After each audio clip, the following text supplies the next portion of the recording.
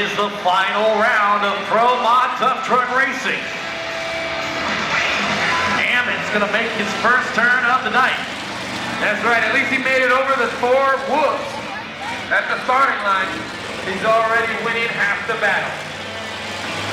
Picked up a 5-second penalty, ran over our first turn barrel.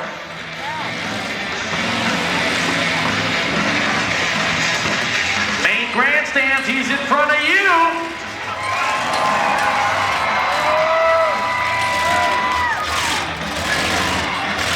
Very nice young man here, 20-year-old. Oh! Woo! Getting a little squirrely. Oh! Yes! Putting some serious air underneath the tires. Chris Ammons, 45.8 for the 20-year-old.